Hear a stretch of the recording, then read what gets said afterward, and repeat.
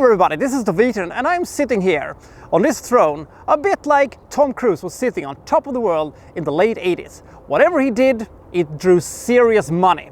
It drew some enormous serious money. And the pure fact that Cocktail for some reason was a huge hit puzzles me. But that was the 80s for you. For good or for bad, big stars meant big bucks, no matter if the movie was good, bad or indifferent. So let's take a look at this Tom Cruise movie from 1988 and it's called Cocktail.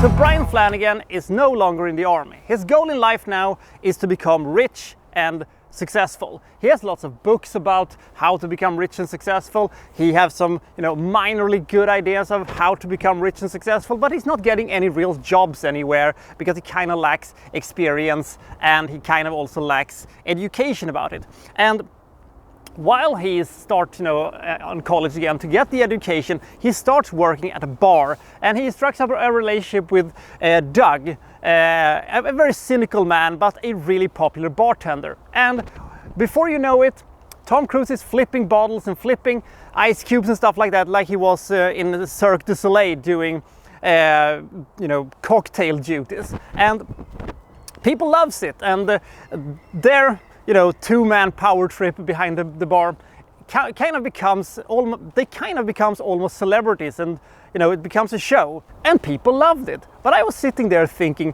why aren't people really annoyed by the fact that I didn't get the drink that I ordered 5 fucking years ago? So he decides he's gonna go full-time bartendering with Doug, and their plan is to go to Jamaica and open up a bar of their own. And because on Jamaica, bartenders can make a lot of money, and so that is their plan. So they go to Jamaica and they open up this bar, and Doug and Flanagan has a lot of bantering together, which I found to be very entertaining and very hilarious. And Tom Cruise also finds Jordan, played by Elizabeth Shue, which he's kind of starts off a kind of sort of relationship with, which I found to be very boring.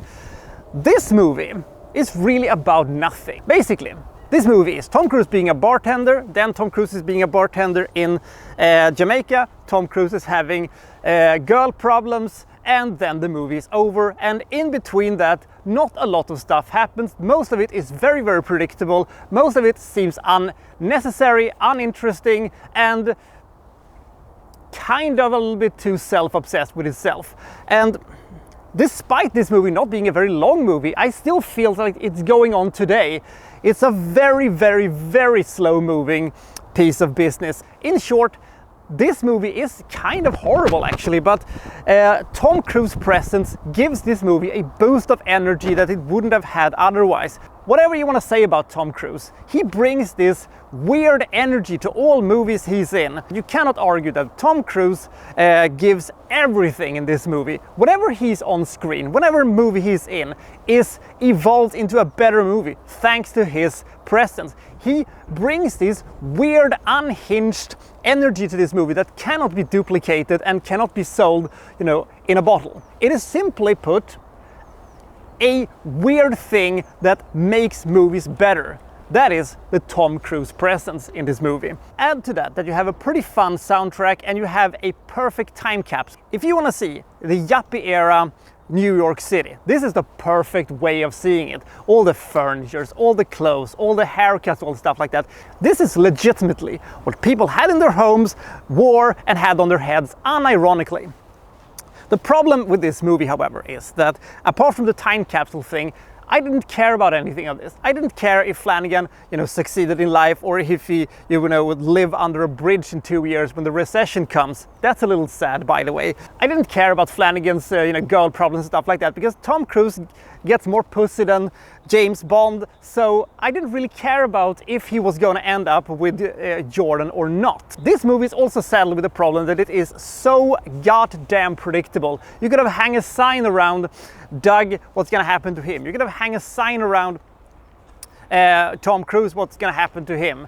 It is so predictable that you're going to basically see it from space. It is sometimes a big problem and sometimes it is not. In this case, it was a really big problem. I didn't care. I couldn't be bothered to care because nothing really seems to matter. And because this movie seems to be going nowhere and it takes a lot of time for it to not get anywhere, I got really restless. And when the movie finally mercifully was over, I just felt, whew, thank God that is over.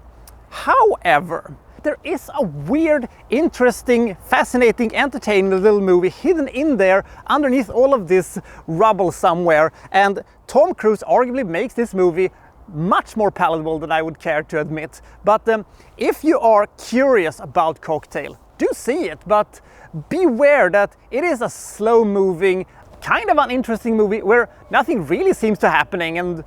And sure, this movie has some problems, but giving this movie the Razzie Award for Worst Movie of the Year 1998? I mean, this movie? This movie? This movie? Have you seen that movie? Sweet Jesus! And compared to that, Cocktail is just a run-of-the-mill, kind of underwhelming drama comedy with some not very good romance in it, but it's totally okay in bits. I mean, it isn't the worst thing I've ever seen. No way near to be a Razzie Award level movie. I give this movie 41 points. Cruise is pretty good and Elizabeth Shue is pretty serviceable. The rest of the cast, well, they're hit and miss, and the story is, as I said, pretty underwhelming and seems to go absolutely nowhere. So I'll see you next time from, well, so-and-so reviewing, well, such and such. Thank you for watching. Thank you very much.